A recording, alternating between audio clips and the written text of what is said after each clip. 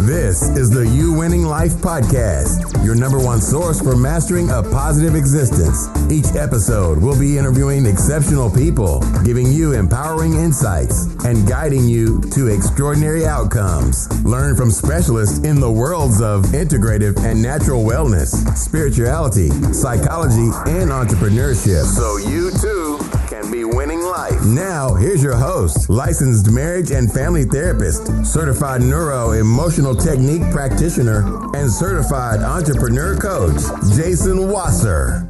Hey everybody, welcome back. Today's guest is Brandon Smith, who is a leadership communication expert, executive coach, educator, media personality, author of the Hot Sauce Principle, which I just got in my hands, How to Live and Lead in a World Where Everything is Urgent all of the time. Perfect timing for the pandemic experience that we're going through. He is a sought-after coach, TEDx speaker, award-winning business school instructor. He's also the president of the Wordsmiths, an executive coaching and leadership development firm whose clients include numerous Fortune 500 companies. And since 2005, he has personally coached more than 1,000 leaders and executives across the globe. Hanging out with us all the way from one of my favorite cities, Atlanta, Georgia. Brandon, thanks for coming and spending some time with us today. Jason, thanks for having me. I'm really excited to be here. Me too. I know when we last communicated, or the first time we connected, I was actually in Atlanta on my first pandemic, my outbreak. In other words, I outbreak from my home in South Florida, where it was the first time I literally got out of like a couple mile radius. So it was good to be up in your neck of the woods and all the beautiful nature and hiking and things that people don't take advantage of enough probably in Atlanta and know that it's there, but you know, it's something that's definitely healthy for us. So, Absolutely. So I'm glad that you're here. And we're going to definitely talk a lot about the self-care process, especially focused on the workplace. So this hot sauce principle, let's start with that because it sounds like that's going to be the foundation and the basis of everything that we're going to be talking about, or at least the jumping off point. So what is the hot sauce principle? So the idea is, it's a really simple analogy. So I'm going to wind back the clock just a little bit. So give me a little bit of grace to wind back the clock 7 months before we landed into the COVID land we live in now. My experience about the last 5 or 10 years, all the folks I worked with in nonprofits, healthcare, for-profits, it doesn't matter what environment they were in, two things were true. Time's everyone's most precious resource, not money, it's time. And everything was urgent all the time. Constantly, people had this state of urgency. And, so for you and I, you're chatting about this as kind of, therapists, what we're really talking about is anxiety. You just have this constant state of anxiety where everything is urgent all the time. And it was just burning people up. And it hit me one day as I was sweating, enjoying my Tabasco sauce, that urgency is like hot sauce. And it's not necessarily a bad thing. A little bit of urgency is a good thing. I was kidding. I just had my annual physical. I do that every year. And my kids are just merciless because every time I get close to my annual physical, I do the same thing. I go back to the gym and I work out really hard so I can get a great report with the doctor, right? Well, that creates urgency for me. It creates this urgency that I want to actually kind of do well, and I've got this deadline I've got to hit. So in small doses, just like hot sauce, I'm holding up my little bottle of hot sauce here. It adds a little bit of spice, it adds a little bit of flavor, it adds a little focus, right? And it tends to begs us for relief. Like, oh, okay, that's urgent. What's the plan? Okay. But if I'm putting my little bottle down, if this is what happens, okay, and I've got my big bottle of Tabasco and we're covering everything in life in this, we're overwhelmed. Our mouth is on fire. We can't tell when something really is urgent. It's kind of like the little boy that cried wolf. You can't tell because it's just everything's on fire. And we have no ability to really focus on what really matters. So it's all about managing the amount of hot sauce you put on other people's plates, because when we sit in leadership roles, whether we're at work or at home, it's part of our family. We can decide how much hot sauce we put on others, but also managing the amount of hot sauce people stick on our plates. Because too often, particularly with publicly traded companies, they're so worried about being left behind that the leaders, everything they send out of their leadership kitchen is covered in hot sauce. The appetizer's covered in hot sauce. The salad's covered in hot sauce. The entree's covered in hot sauce. The sweet tea's got hot sauce in it, and the brownie's got hot sauce on it. and they pat themselves on the back and they say, oh, I'm a good leader. And all they've done is just done a major injection of anxiety into the organization. And that just creates chaos. So I wrote the book in the spirit of, how do we do a better job of this? How do we manage anxiety better in our personal and professional life? So that's the real concept and idea. There's three things that are coming to my head right off the bat from what you're saying. One is that Veruca Salt quote from Willy Wonka and the Chocolate Factory, which also turned into the song, I want the world and I want the world now, right? This needs to be done and I want it this way and it has to be done this way. And who's left picking up the pieces because of that? Number one. Two, the idea that we always talk about the idea, well, we need to light a fire under it, or we need to light a fire under them, or we need to light a fire under us, right? Like you said, the motivation right before your annual physical, as if we didn't know what's going to be happening a year from now, right? And that we all go through. It's the hurry up and wait, but in reverse. And then we have this concept of work-life balance that maybe leadership in these companies and communities and businesses don't realize how they're negatively affecting the productivity, the mindset, the health of their employees, of their community, because they're focusing on what they want now, and let's push it out and push it out. So I find that that's a common theme. Those three examples are a common theme of like what you're saying. These are all anxiety provoking experiences. So I'm curious from your perspective, right, having a degree in counseling and working in the entrepreneurship world, what would you define in your personal words, right? We can go into the whole DSM diagnosis and experiential, but what would you define as your working explanation of what anxiety is? Yeah. So anxiety itself, I would describe it as an energy, a high intensity energy. So I put on the other end of the spectrum, would be depression. So we've got kind of like this tortoise in the hare kind of effect, right? We're talking about the hare. Okay. It's driving us, go, go, go, go, go. And to a certain degree, that's valuable. If you're going to run a marathon, you need that. The problem is, in order for it to work properly, you need, just like interval training, you need rest versus just saying you're going to run until you drop. So I think that's part of it. When I ask people, what do they feel when they feel urgency? So when I've kind of asked that question in workshop environments, people use words like pressure, stress. Sometimes they say anxiety. Sometimes, though, it can be excitement, because it can also be, excitement. You've got a little bit of nervous anxiety. You're meeting that person you're going on a date with. It's exciting, right? You're seeing a movie you're really excited about. You're going to a place that you've never been to. That can also be anxiety provoking in a positive way. It can wake you up in the middle of the night. So often, kind of workplace anxiety, I'll say, well, wake you up in the middle of the night. Have you ever woken up in the middle of the night thinking about work? And then when I ask people, what do you do to cope with that? Usually it stimulates a do response. Sometimes they wake up and start working, or they have a pad of paper next to their bed and they write down a plan and they can kind of take it out of their head and they can go back to sleep. And then there's unhealthy methods for also coping with that. I can't tell you how many people have said a glass of scotch helps a lot. Right? So we've got hopefully a good single malt. So right, healthy and not healthy ways of approaching it, but it's all about kind of quieting that energy. And so I'll end with this kind of, in my kind of basic world, yours is much more advanced. The basic, when I talk to clients, I was like, anxiety is an energy. We can combat it with one of two ways. We can calm it with meditation, prayer, and other techniques like that, or we can fight energy with energy. And we can also overcome it with exercise or other ways that we can kind of, kick those endorphins up and kind of, calm it down. And sometimes activity, even a work activity, can calm it down, right? I'm anxious about all the stuff I have to do, so I'm just going to sit down and start working, and then I'll feel productive. So it's this energy stimulus, and it serves an important point because it moves us into action. So at a fundamental level, in when we think about working and workplace, it is kind of that spark. I had a client years ago. I coached all the general managers for a luxury retail client. And one of them told me, she said, I know I need to light a fire under my people, but sometimes I need to light a fire in them too, which is inspiration. So you can light sparks in lots of places, but it's that spark that gets people moving.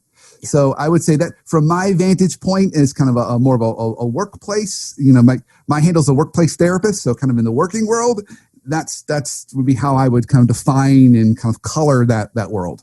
So how much goes back to the perceived value that we'll look at it from both perspectives, from leadership down and then from the employees up. But it's the perceived value that if I push this onto my employees, we'll get more out of them. And then the other side around is that if that employee is going to work worried, anxious, overwhelmed, afraid, nervous, whatever, that energy, that their fear is that they won't provide enough value. And therefore their job might be at risk if they don't meet that expectation that the employee is putting on them, even if that expectation is not healthy for the expectations and the culture and the success of that community and that business. Right. So we have a couple things at play here. We've got, they both begin with self. We have self-awareness and we have self-worth. Okay, so I'll answer both of yours with those two as our framing. So self-awareness. So when it's healthy from a leader to do this, is they're intentional about the energy they're putting into the organization. And they know what they're doing and when they're doing it and why. When it's not healthy, it's more of a kick the dog. I'm feeling anxious, so I'm going to make you feel anxious too. Right? That's what we often see, right? Their boss is anxious, so they make them anxious, so they make their people anxious, they make their people anxious. They just kick it downstream. So that's not intentional. So the first starting place is self-awareness. Where is the organization? What is the anxiety and energy of the organization right now? What can it handle? What does it need? How can I focus it? Because the number one job of any leader is to drive clarity. That's the number one job. So we're trying to drive clarity. Where are we going and why? What really matters? What do we need to be focusing on right now? Whether that's safety for our kids at school, or whether it's getting certain objectives done, or changing protocols, whatever it is, whatever priorities are, right? Focus is important. And so a little bit of hot sauce, used the right way intentionally, can create that focus. You just douse everything with it because you're anxious, so that's an issue. So then now on to the employee, self-worth becomes the other word. So how do I have enough confidence and understand my self-worth to be able to push back and say, what you're asking of me, A, is not only unrealistic, but B is could create burnout, is not going to yield to what you really want. It's going to have negative consequences. Let's talk about that, Miss or Mr. Boss. So having that conversation is important. Well, part of, when I'm working with individuals in the workplace, they're talking about managing that anxiety from their boss. Mm-hmm. Starting places, I always say, don't view your boss as your boss. View them as a customer. Because it's all about managing your customers' expectations. If your customer says, hey, Jason, I know we agreed on this, but now I want 5 times that for the same price. You'd say, no, I appreciate what you're asking for. I can't get it all to you. Let's prioritize that. Or you can give me more resources and then I can give you more. Right? So managing that. So at a more fundamental level, we're talking about boundaries. And you have to have enough self-worth to be able to set those healthy boundaries. Yeah. If you don't have self-worth, there's no boundaries. And then that becomes messy. You lose your identity and all that. It's codependent relationships happen and all that. All the other stuff that you and I are like nodding our heads like, oh, yes. That old bag. Yeah. That old bag comes back again. Yep. Oh, shocker. In the workplace. Absolutely. It's one of the reasons why nonprofits struggle with this the most is because they have the most difficult time setting healthy boundaries. They just don't like to do it. And so they end up with a lot of messiness because of boundaries. So then you add on urgency to it, it really creates a dysfunctional stew. Yeah.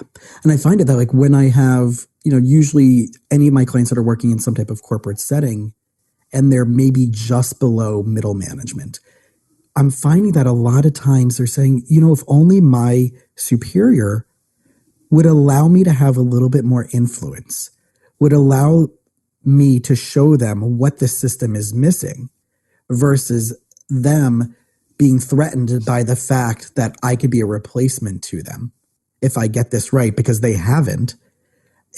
I have that all of the time. And it's something that I find frustrating because I know over the last couple of years, as I've committed into an entrepreneurship well of experience and wisdom by the people in my community that I've invested my time, effort, and energy into, is that how can you not have this? How can these companies, these corporations, these businesses have people in leadership positions but have not spent 1 minute on any type of training or education or required reading or weekly scrums or role playing just by the fact of they do a certain job task and therefore they become a leader because of that.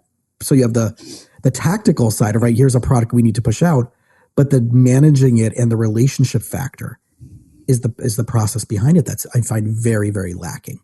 Yeah. So how has that been in your experience when you're coming into a company and you know that they could be insanely productive, they're putting out good stuff, but this one area is so missing, and people are seeing it as a threat, or they're seeing it as like they're just so unself-aware as a company culture. Yeah. So we can go all the way back and say that started in 2008, 2009. Mm-hmm. So once that kind of that big recession hit, and it really rocked kind of a lot of companies and the economy to the core, they all stripped their benches and went very lean. And so that's the impetus of this urgency epidemic, kind of really started back then. So there is no leadership development training. There is no investing in our people. In fact, there's even a significant drop-off on positive feedback in the workplace. It's not because we're bad people. It's just we're running at such a frantic pace that we're focusing on just ourselves. And so I'm out for myself. I've got my own thing that I got to work on. I'm not caring about the person to my left and to my right. I'm not investing as much time in my direct reports. I may even see them as a threat, like you said. So one of the antidotes as the direct report is going back to that kind of customer orientation. Try and frame it in a way to your boss that, hey, I want to make you great. Like, I'm all about helping you achieve your goals, Miss Customer or Mr. Customer. What are those? Versus, I'm going to take your job. So any way you can come alongside them. I once had a client of mine, and she did the simple technique. She said, when I used to give performance reviews or feedback, I would sit across the table, and it was adversarial. So I started coming along and sitting next to the person at the table, and we'd look at the paper together. I love that image, don't you? Like, come alongside the person. It's a shift in energy. Yeah, it totally is. Yeah. Like, come alongside next to the person and look at the problem together. Put the paper in front of both of you and look at it. So the more you can do that with your boss, the more they're going to feel like, oh my gosh, they're my right-hand person. And when they get promoted, they'll naturally want to promote you because they know they got there because of you. And so you can kind of hitch yourself to that star. So I think that orientation also helps a little bit too.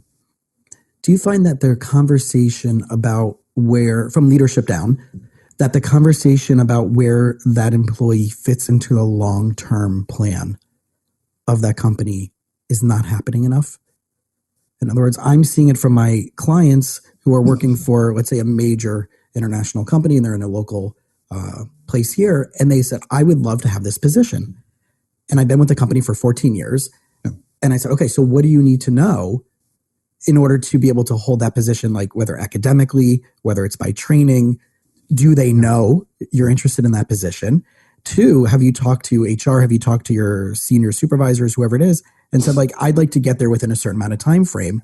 Am I even eligible? Am I, based on what you know about me, am I capable of holding that position?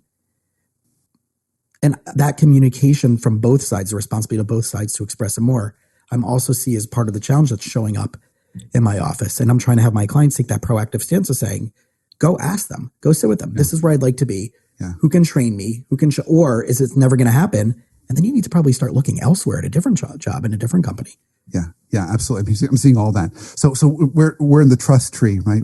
We are safe in the trust tree. Okay, so here's just give it a little framework, okay, to help people think about this. My experience has been once a company hits $3 billion in revenue with a B, it ceases to become a company and it morphs into a government.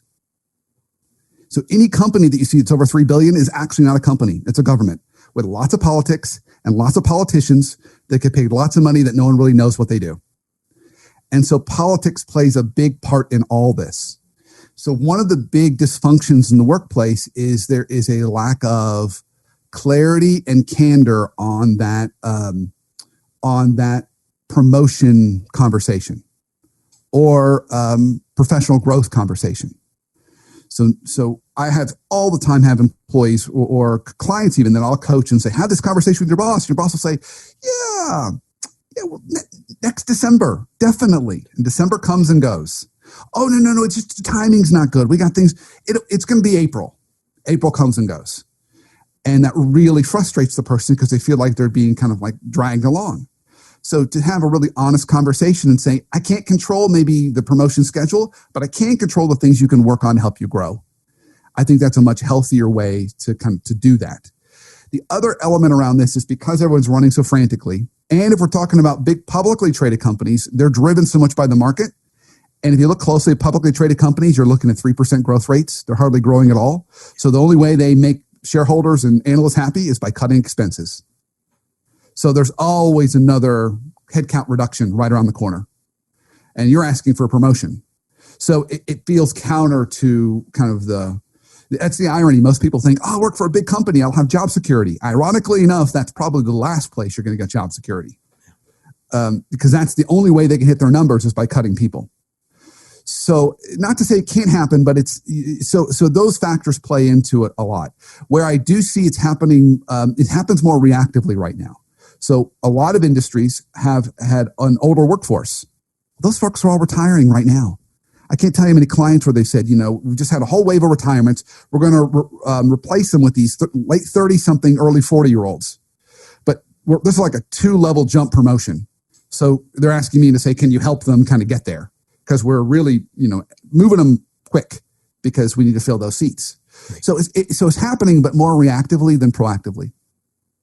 So how do we start shifting data that dump culture? of some of the Yeah, because it sounds like there's like this reactivity that becomes consistency.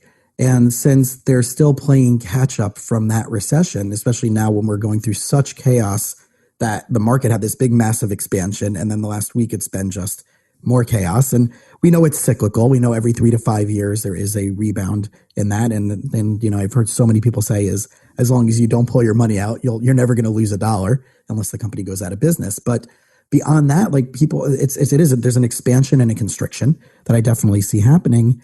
How do we start empowering those in the workplace to what you were alluding to before is managing up? I know there's that famous book, Managing Up by Jack Welch's from GE's lifelong executive assistant about how to manage your seniors that are above you. But how would you start step 1, step 2, step 3 for those that are like, I know I have more to offer. I know I have more value to offer. When I first came to this company, I absolutely loved it.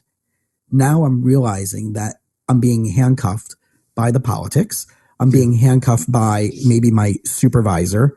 And I'm realizing that maybe the company's only about supporting the financials of the people who are the co-owners of it.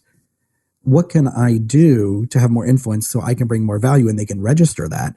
And then I can maybe step up, not necessarily in a pay raise, but at least as far as being able to be more strategic and sharing that value with my company more.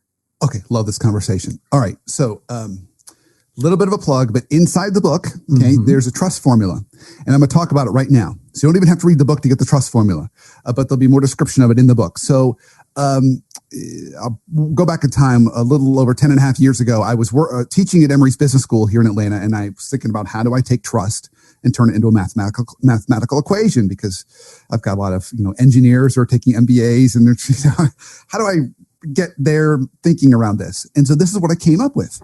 Trust is credibility multiplied times, and then in parentheses, authenticity plus vulnerability equals trust. You and I can have a whole other conversation on the intimacy formula. It's got some similar components. But for trust, we've got credibility times and then authenticity plus vulnerability in parentheses. And the reason why it's a multiplication formula is if credibility goes to 0, no trust. If authenticity and vulnerability go to 0, no trust. Okay. So I want to open that as kind of a framing. Okay.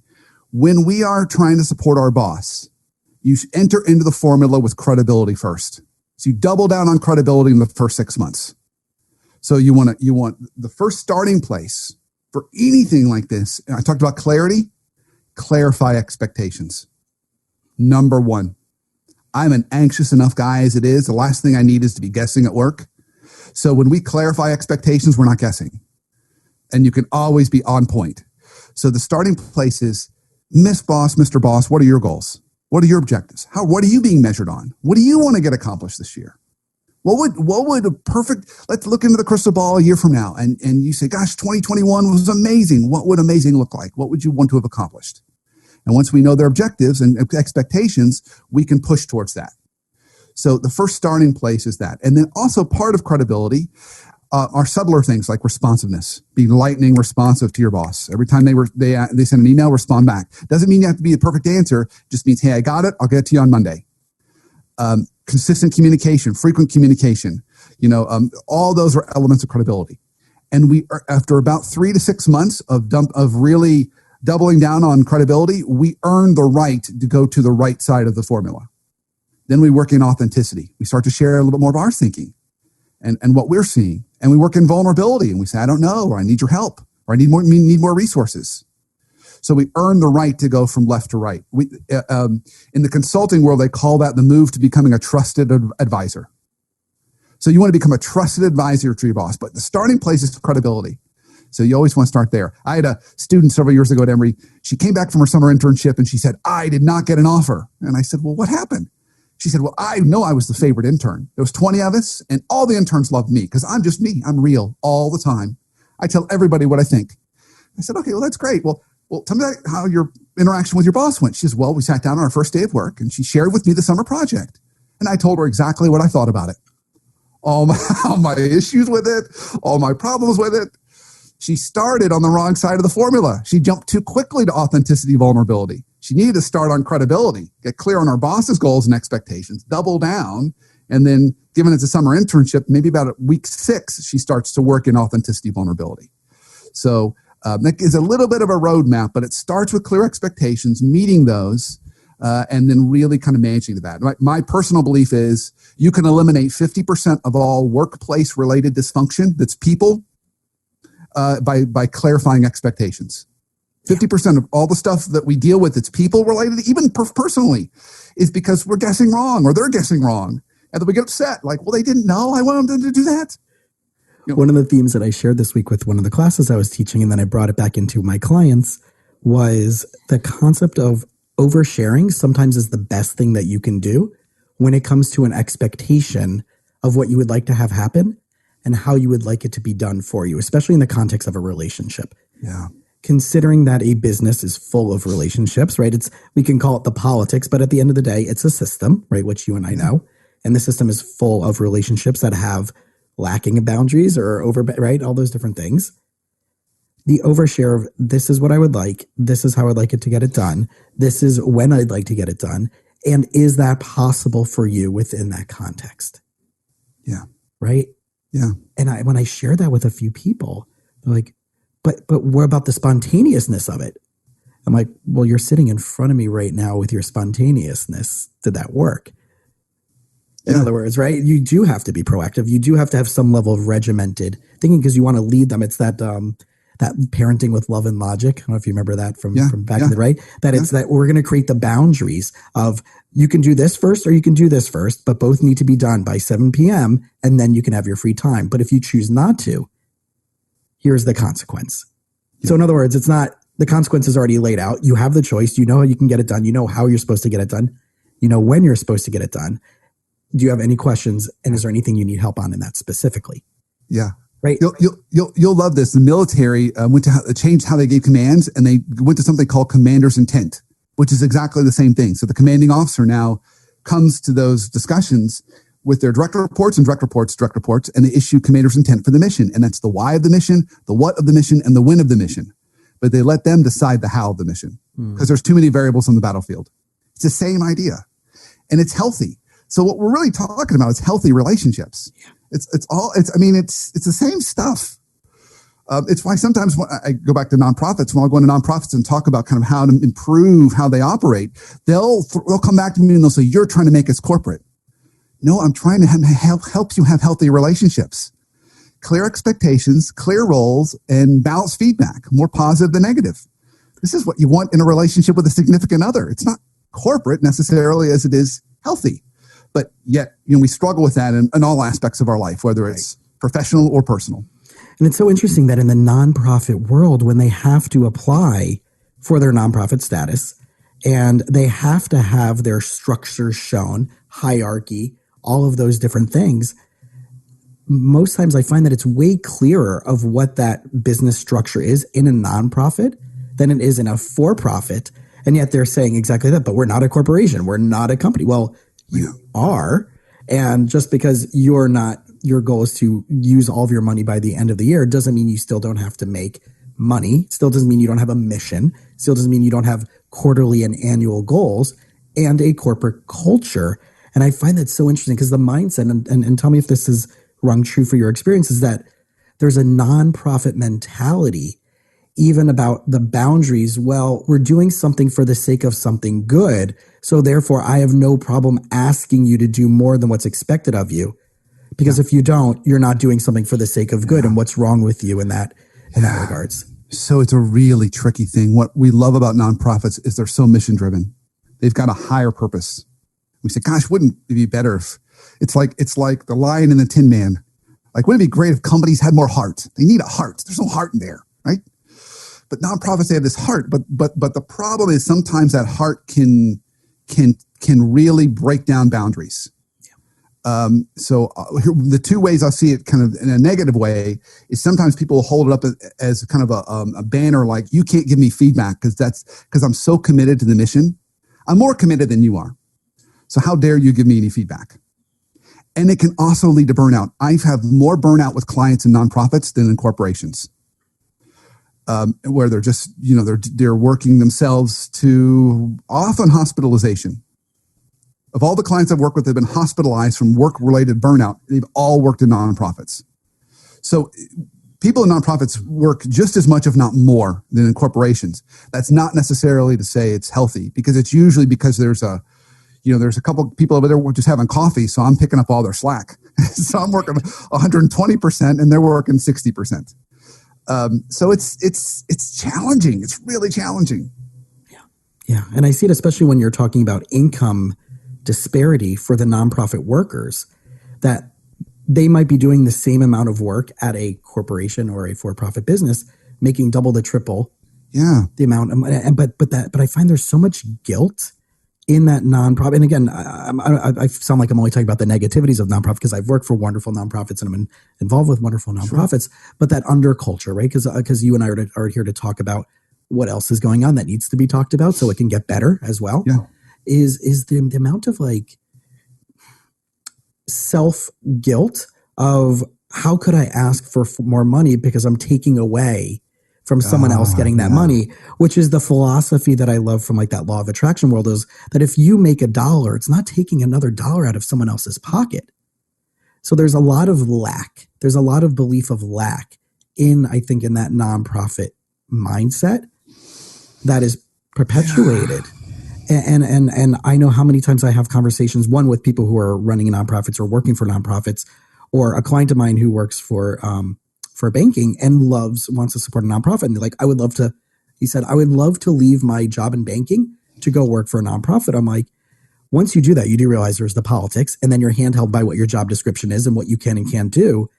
If you do this as part of your organizational volunteering, then you get the community behind you and you get your corporation behind you, your bank behind you.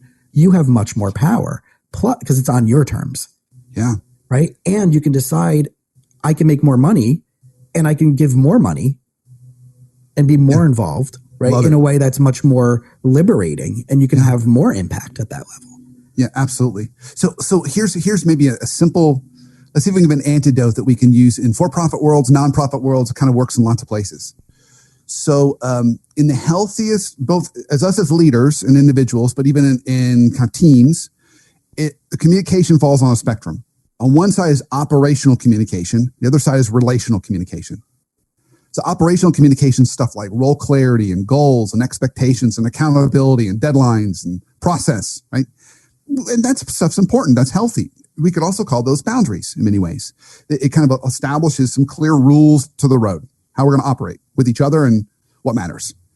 But if we only live there, people experience us as cold and uncaring. Okay. Relational communications like listening and empathy and compassion and positive feedback and appreciation and teamwork, trust. Okay. That's really important too. We want that connection with people. But if we only live there, people say, oh, he's really nice.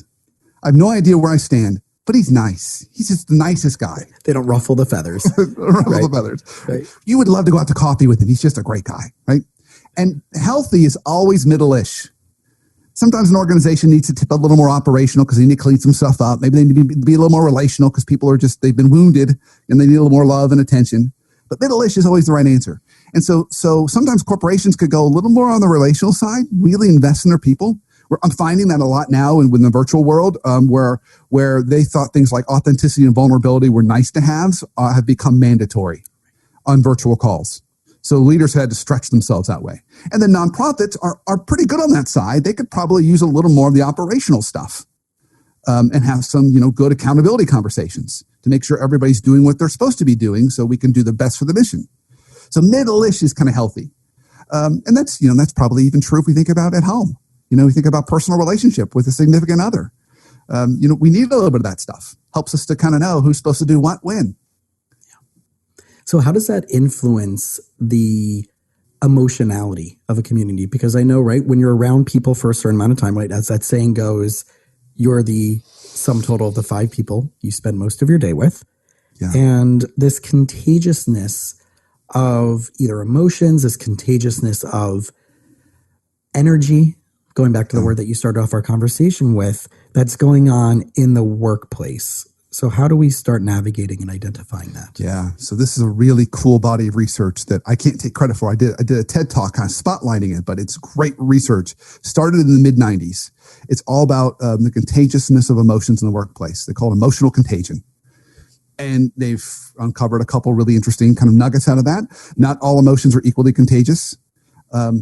Unfortunately for us, anxiety is probably top of the list. Very, very contagious. Negativity is also very contagious. Have you ever worked with a negative coworker? It's just kind of like, often I hear the term Eeyore used to describe that person, and they just kind of bring everybody kind of down a little bit. It's like, I was having such a great day until I talked to Tammy. Yeah, it's so much. I just feel bad about myself, right? So it's kind of recognizing the emotional flow. Why that matters so much is because the boss's emotional energy is more like a factor of 2. So if you walk into that environment and you're freaking out, everybody's going to be freaked out too. So knowing when to be, it goes back to earlier on self-awareness. What energy does the organization need right now? And so we think about the world we've been in the last 6 months with everything being uncertain. Uncertainty breeds anxiety. It's like a gigantic petri dish. It's like all this anxiety mold is just coming on just everywhere because I don't know about my job. I don't know about my spouse's job. Are my kids going to go back to school? They're going to go in person or are they not? Are we going to get COVID? What happens if we get COVID? What if our neighbor gets COVID? Like all these things that, my vacation, everything's just kind of thrown up in the air. And so that uncertainty breeds this anxiety. And so if we're coming in with lots of hot sauce, we're just putting even more anxiety on the system. So we've got to know when we need to be that captain of the ship that's going to be really calm and steady in the middle of all those high waves. And when we also need to kind of, put a little bit of that hot sauce in there. Just recognizing that emotional tenor. And if you're not sure, ask. No need to guess. Ask. One of my colleagues, a good friend of mine, he's out in Prague, Czechoslovakia, or Czech Republic. He always corrects me on that, by the way. and he always opens all of his group conversations with, how are you arriving today? Mm-hmm. Isn't that nice? I'm sure you probably use a version of that. How are you arriving today? It just gives space for people to talk about how they're feeling. That's really important data for you as a leader, because you're trying to gauge what's the emotional tenor that I'm working with here.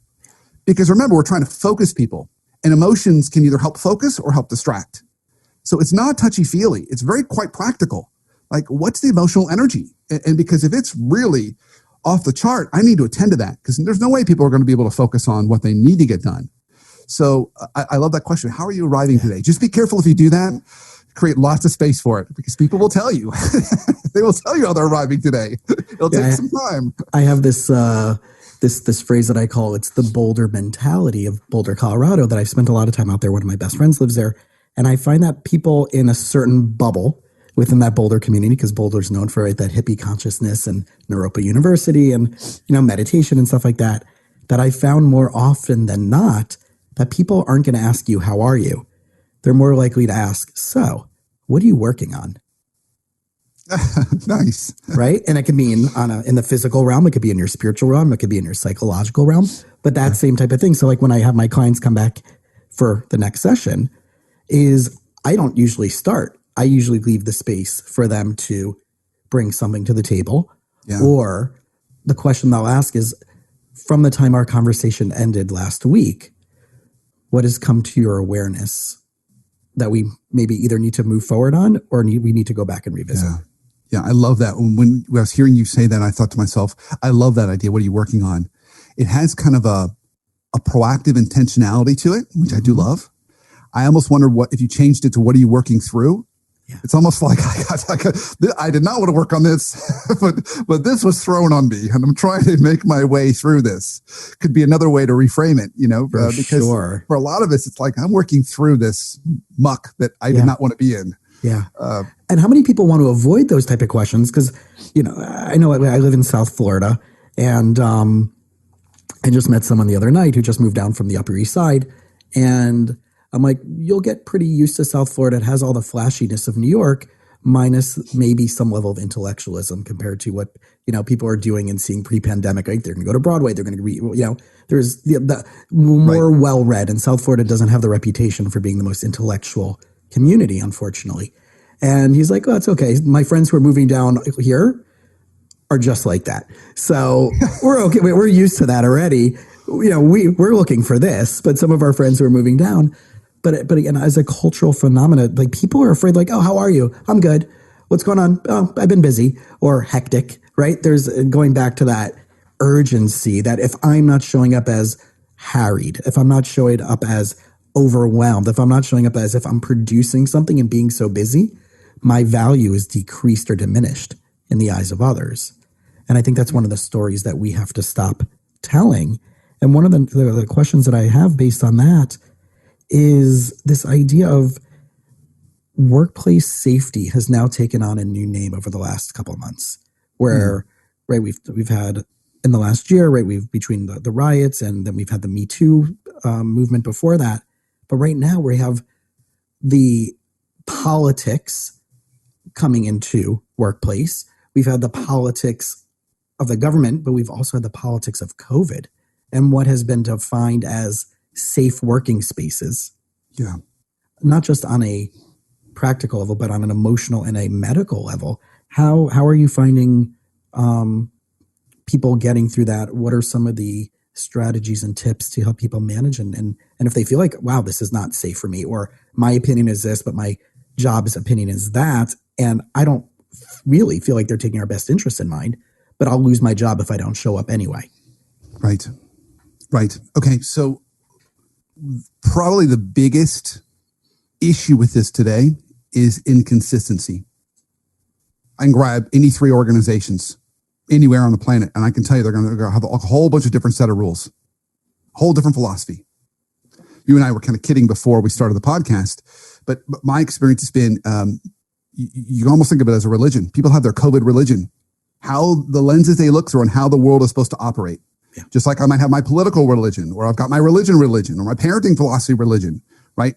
And those are very firm things set in my mind.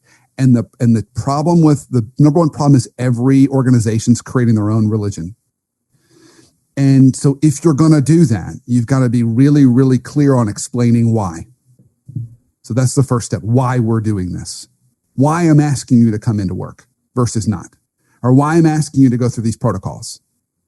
So, for example, I still teach adjunct at Emory, and I taught a class for the executive MBAs.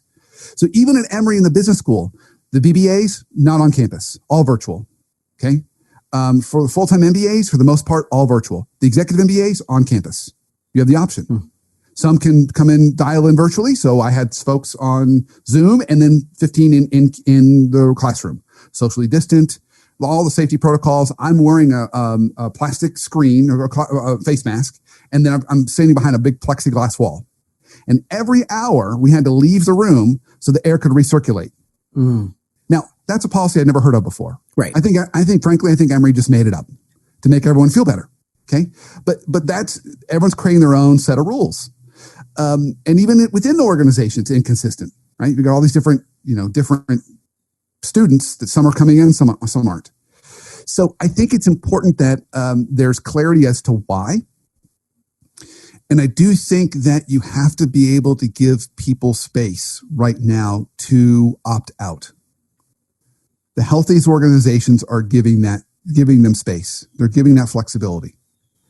And there's two reasons for that are really important. One, you have to recognize people's own personal needs, whether they are emotional or physical. Maybe I'm just very afraid. I'm terrified. Or maybe I've got an underlying health condition, which is going to put me in a dangerous position. But you also have to recognize people's life situation that they're in right now too.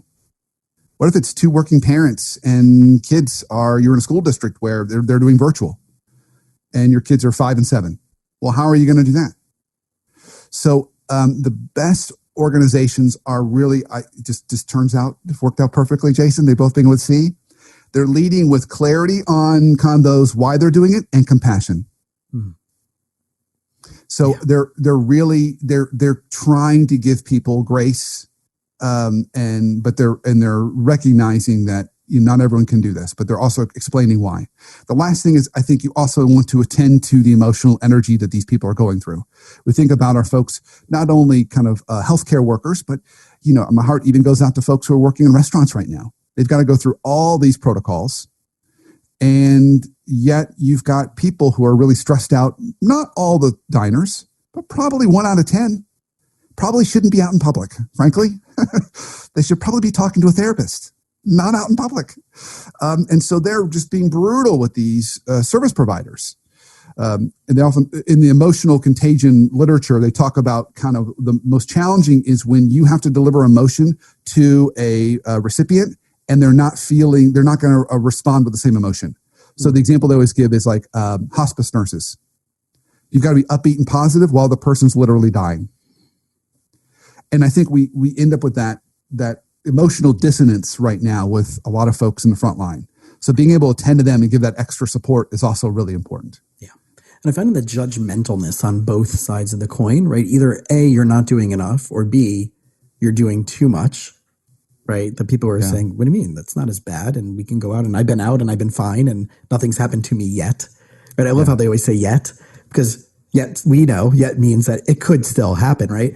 But I'm finding that level of judgmentalness, one, again, because of the political climate, two, because of this is coupled with it right before this election season, that the judgmentalness is just huge. And today is 9/11, right? So I just wanted to wake up today and only see feeds on social media regarding 9/11 and unity and coming together. And I'm kind of like, I am looking out for seeing who's bursting that bubble that thinks their political or medical opinion is more important than the sanctity of today for our country. Yeah, interesting. Yeah. Right? That's right. Yeah. And what's going on with that, and why did they decide, right? And it is a judgment. I'm going to admit, right, that's judgmental on my end. When we all go through judgments, as you know, right from the neurological side, our brain is sifting and sorting through thousands of things every minute, and the approach avoid and what's safe for me and all that stuff like that. But it's like that hope, and of course, right, that expectation is I'm hoping that people will acknowledge this space, this energy, just like what's going on in the workplace or going on in schools or going on in any type of environment, but seeing and discerning who aligns with them, who's part of my tribe, who's in my religion, like you were saying before. Yeah. And it's splitting us. And it's really, really tough because I can see how people are the most successful people I'm finding that are going through this are saying, if I'm going to talk to someone on the other side, and I talk about this a lot in my workshops, if you're going to talk to someone, talk more policy than politic.